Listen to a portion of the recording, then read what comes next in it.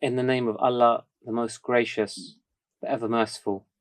Assalamu alaikum wa rahmatullahi wa barakatuhu. Wa alaikum assalam wa rahmatullahi wa barakatuh. May the peace and blessings of Allah be upon you all. Welcome to the show of Islam and Civil Rights. My name is Dal Hassami. I'm a doctor, an author, and a researcher. For the past several years, I've been looking at Islam in America. I'm very grateful to be joined by Habib Shafiq, traveler, reader, and an excellent conversationalist, I must say. In this show, we're exploring some of the research about looking at Islam I have done in the past decade or so, in particular, civil rights. In the past few episodes, we've looked at what identity meant in Islam and eventually what it would mean in America. We realized there were contrasting values about what the American dream actually offered in comparison to what the inception of Islam did. Now, we get to a point where the Ahmadiyya mission is now established, preaching, and we spoke so freely about how Ahmadi missionaries were offering a message in contrast with what was being offered in society, creating an equal faith space that was an alternative, spiritually adjacent to the burgeoning civil rights movement that would occur. And we spoke significantly about Hazrat Mufti Sadiq, may Allah be pleased with him, and some of the efforts that he made establishing a mosque, magazine, preaching, touring, working with Black affiliated organizations to tailor his message, which he also did with the Arab and Turkish communities. One thing that I think we must talk about when we speak about civil rights as a larger label is the persecution that he endured and later missionaries endured too, and in particular, those converts. Now, those African American converts would have their faith forged in fire. Now, no different to the missionaries. They're coming from a tumultuous upheaval where a new nation is being created of Pakistan, leaving their families. Their families are often killed, some of these missionaries. They don't get a chance to say goodbye. They miss the birth of their children, the death of their parents. Mufti Sadiq, may Allah be pleased with him, imprisoned as soon as he lands. Now, he's dark-skinned, he's a Muslim. Now, he will then ultimately be monitored by the FBI himself. Now, this is just a flavor of the discrimination America had to offer African Americans at that time, so perhaps that offered some unified solidarity. Now, one of the eldest Ahmadis I know in her 80s told me to be Ahmadi in the 40s meant to have your door kicked in by the FBI, to be raided multiple times throughout the year, and ultimately they would leave empty-handed. I've spoken to Ahmadis in their 70s, 80s, telling me they lost their jobs, they lost their families. That's correct. People were divorced from them because of their faith. That's something so probably different for maybe what some people hear today when they become Muslim. But maybe you could share your thoughts on those earliest times, those earliest converts, of indeed which your father was one. Yes. Again, thank you so much for inviting me to kind of riff and muse a little bit off of your scholarly and very sincere and needed work, Dr. Saab.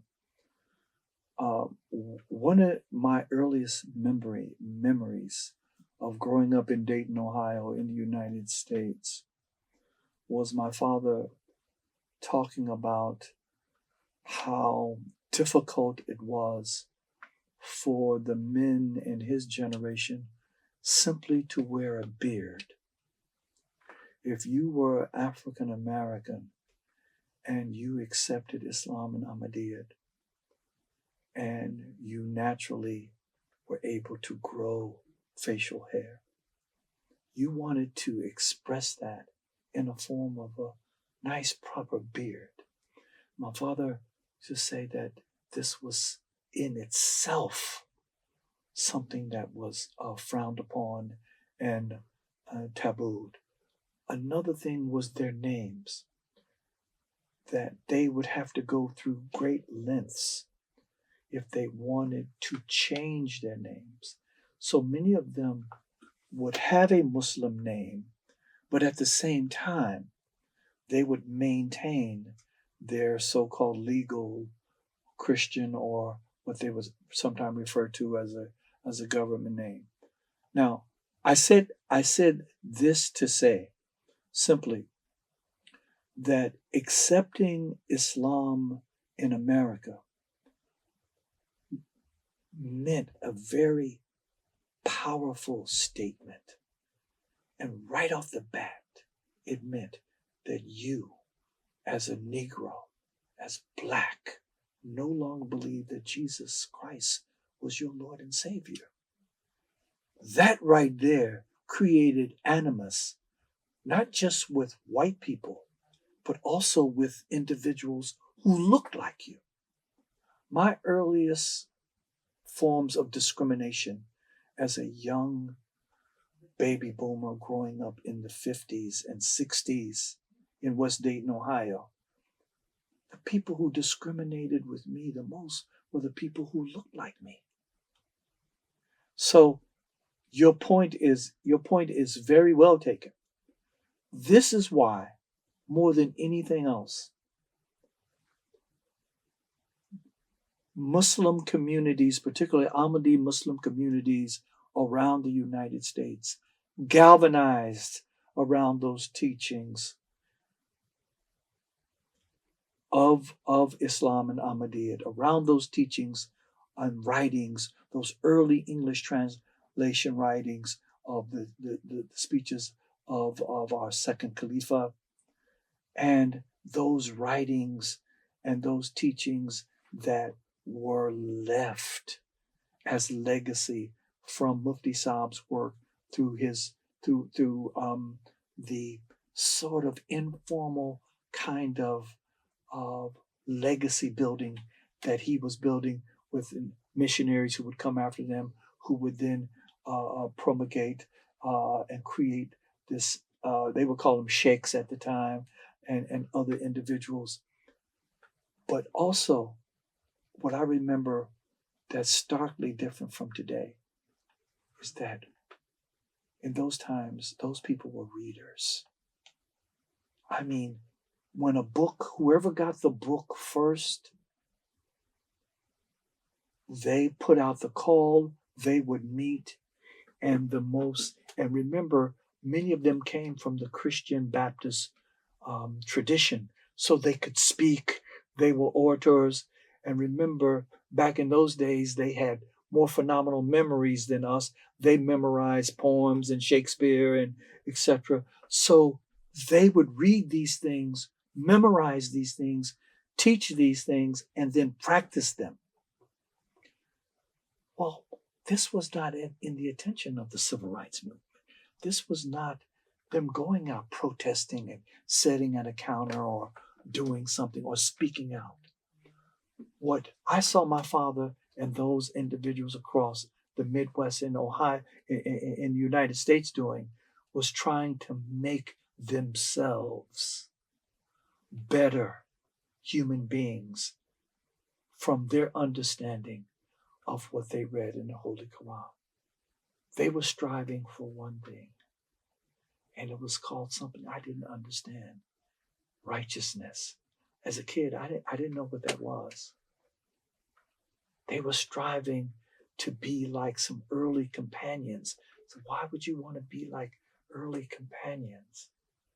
They were striving to sacrifice and to give. They just had a little bit anyway. They were not college educated. They didn't have these high positions, but they gave more of their income than the 1/16th, than the 1/10th. So, in short, their stories were not captured. I remember something in science, and I'll yield here. So, I remember something in physics. Okay, if a tree falls down in a forest, the professor then asks, is there sound? There's a tree in the forest. It falls. Did it make a sound? He said, of course it made a sound. He said, okay, how do you know it made a sound? Well, when trees fall, no. How do you know it made the sound? And then his point was, there was nothing there to record it. We say all the time, if you don't write it down, it didn't happen. If you don't, in our jobs, if you don't document it, etc. Many of the works that these quiet book clubs, these quiet communities in the United States were doing, were not being. They were not interested in writing it up and picture taking it. They were interested in improving themselves, trying to wear a beard, trying to find a place to meet, and trying to say, okay, how can we become better Negroes? How can we truly be free without all of these other things attached? When we know that our Quran is true and we came from the Bible. We used to live in the church. We lived in the church. Yet, we see the contradictions. We see the things, the hypocrisy. We can't go back to that. So my point here, Dr. Saab, is just because it wasn't written or was that it was there. And it's evident that Ahmadiyya is still alive in the United States. The nature of Islam is that it gave an alternative paradigm to Christianity. So instead of going on marches, these brothers and sisters went to the mosque.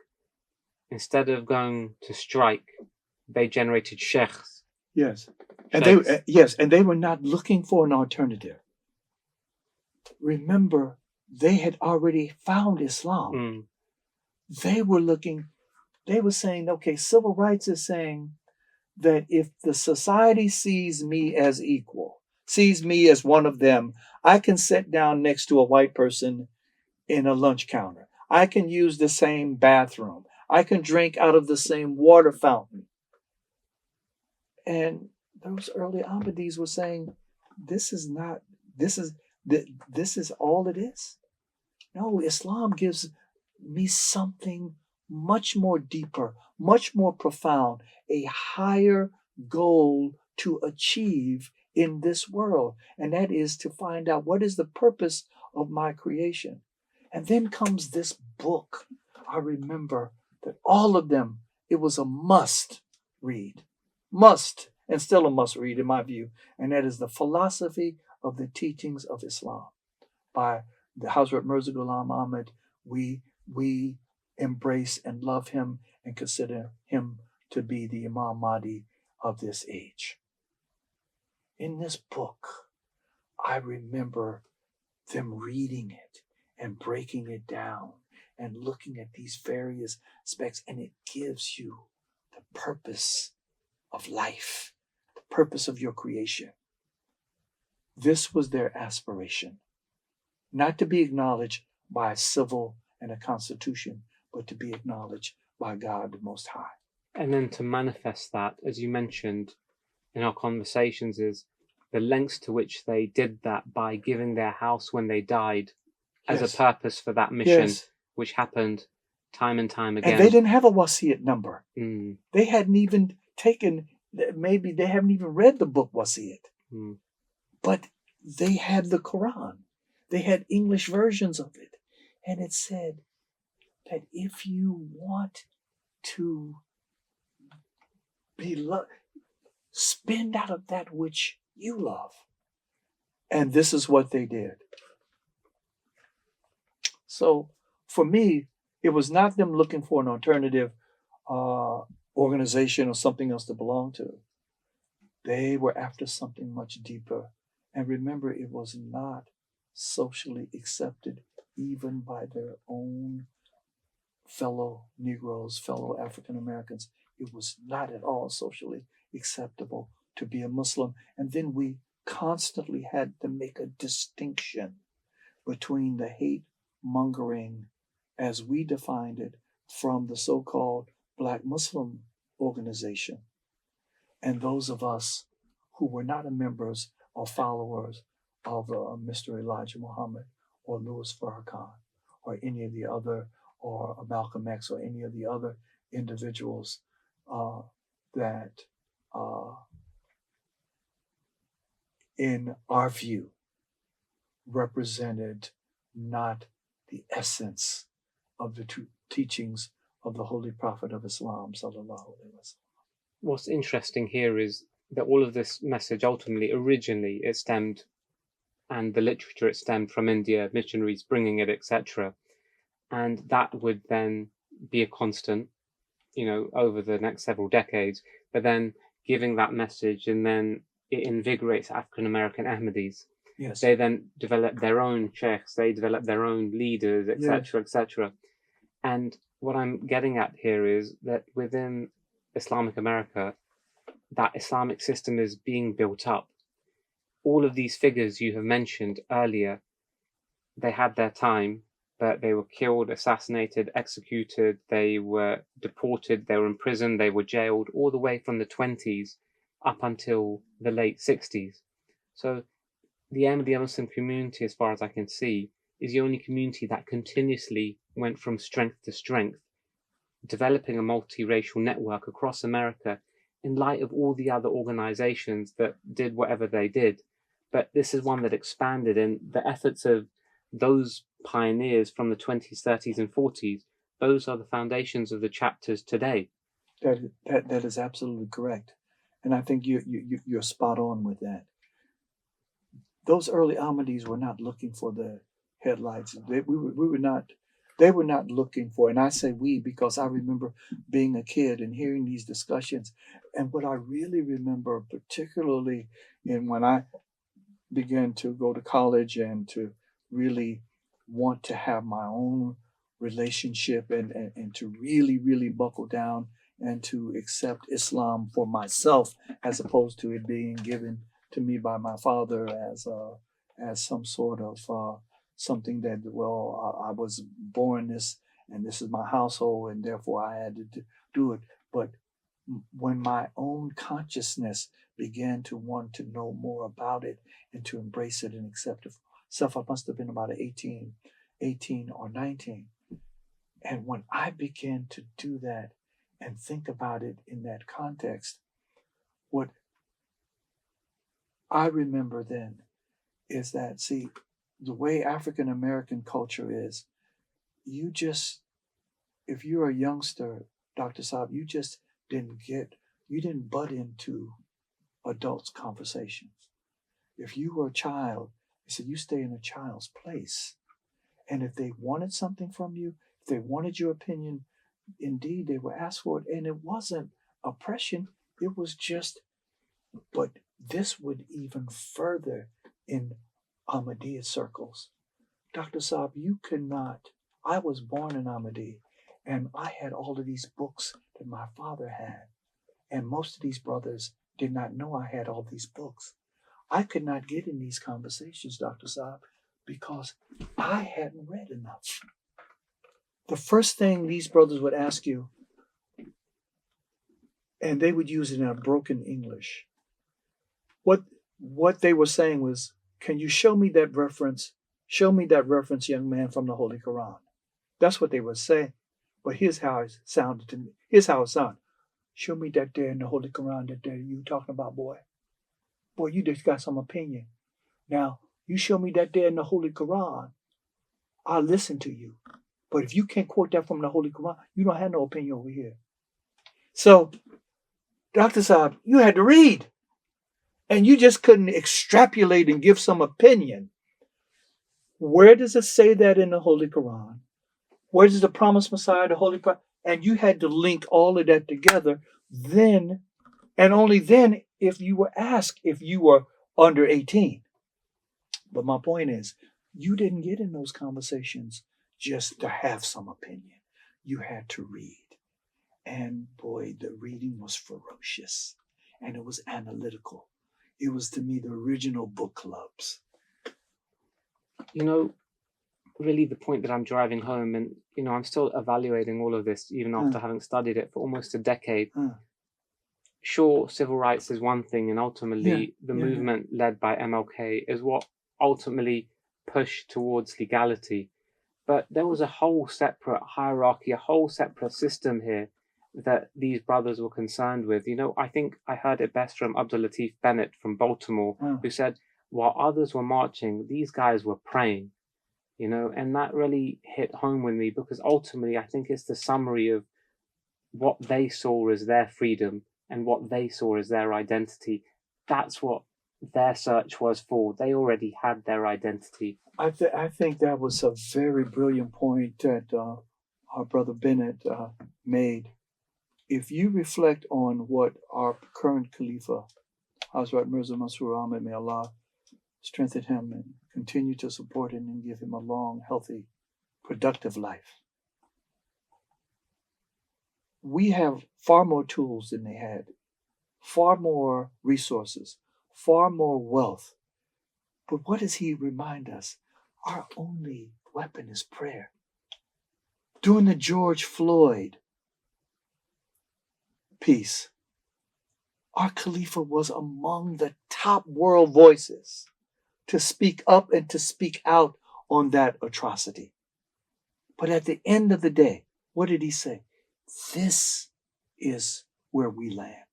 That those prayers, and if you understand what prayer truly is, you know this is not some psychological pacification that intellectuals and other atheists want to believe, that prayer is some sort of pharmaceutical, hypnotic something for the masses. These early Ahmadis during the civil rights movement could see that as far as this could go, Malcolm X said it in another way. Okay, if the whole idea in the civil rights era is to become equal citizens, to become truly American recognized citizens, Malcolm X said it this way in one of his speeches. Just because a cat has kittens in the oven doesn't make them biscuits, doesn't make them crumpets, doesn't make them cookies. Just because you were born here doesn't make you a citizen.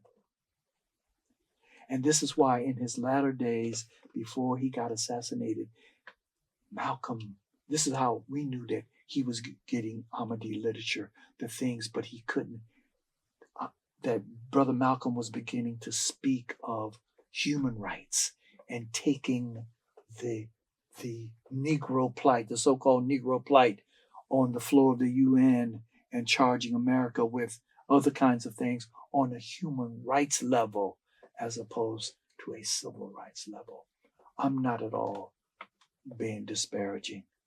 Those individuals were brave, and I'm not saying that the civil rights era movement was, that's not what I'm saying, or that Ahmadis became Ahmadis for some alternative parallel stream movement. No. Ahmadis who accepted Ahmadiyyat early and passed it on was clear about one thing. Zalika kitabu la reba fi hudalil muttaqin. This is a perfect book. There is no doubt in it. It is a guidance for the righteous. And during all these times, there were a lot of books that were not translated, but the Holy Quran was translated into flawless English. So early Muslims had English renditions of the Holy Quran and looked at that and said, this is the epitome that answers those questions that the promised Messiah wrote in his book, Philosophy, Teachings of Islam. This is the purpose of man. This is his purpose, is to seek out his creator, worship his creator, and to do justice and to serve mankind and to live in such a way that he brings no harm to himself or to others. And to that point, we've spoken a lot about these early converts, but I think these converts were being fed and they were constantly being delivered the message of Islam. Like you mentioned, the Holy Quran, the Ahmadi community was one of the first, if not the first, often to translate the Holy Quran into multiple languages, including English, reaching Woking, reaching America. Then, I mean, in this era we're speaking of, from the 20s onwards, Sufi Bengali, may Allah be pleased with him, the third missionary to America, he's there becoming and giving the longest Islamic presence for 20 years, 2 decades worth, when other leaders, other organizations have died, been deported, he's there able to create a whole multiracial, multi-ethnic group across America. He then ends up authoring 2 books in particular that are still talked about today, The Tomb of Jesus Yes. being one of them, and Yes. then obviously The Life of Muhammad, so may Allah be pleased with him. So he's delivering literature in the 40s and being probably the first Muslim and only Muslim in America. If you look at newspapers from his time, he's called the missionary of America. Yes. Not a missionary, The missionary of America. Yes. So Ahmadis, like in England, were seen as the champions of Islam Yes. in those times there and then. From these efforts of seeing a missionary in Chicago, Dayton, St. Louis, and etc., these early converts are then able to hang on to something. Yes. And this hanging on was not out of desperation. It was about striving for spiritual growth and development.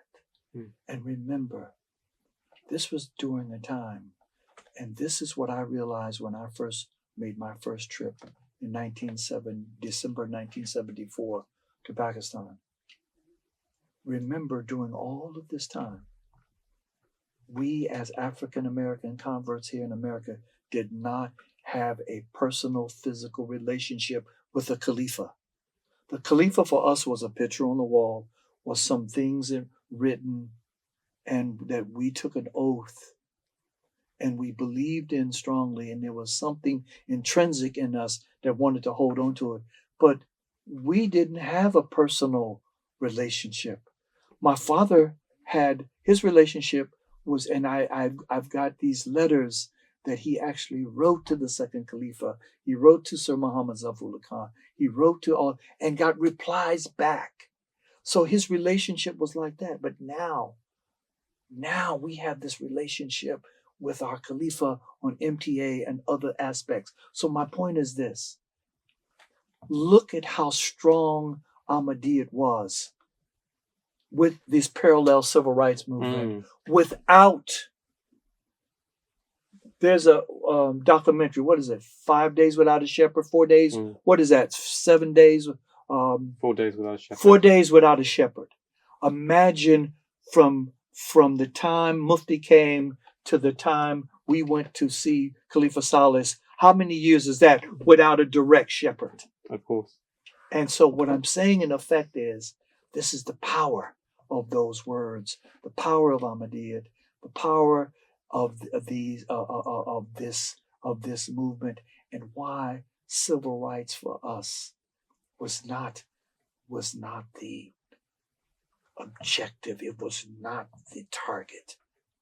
The target was righteousness. The target was sacrifice. The target was to be like those early companions. In the latter days, the target was to be true disciples of the Imam of the age. And with that, we come to the end of this week's episode. Please do join us again next time for more insight into Islam and civil rights. I would like to thank my panelists, Habib Shafiq. I would like to mention that the views and opinions mentioned by the panelists and myself are our views only and do not necessarily represent the views and outlook of the Voice of Islam Radio. For feedback and more information, or to listen to this episode again, please log on to www.voiceofislam.co.uk. Up until next time, Assalamu alaikum wa rahmatullahi wa barakatuh.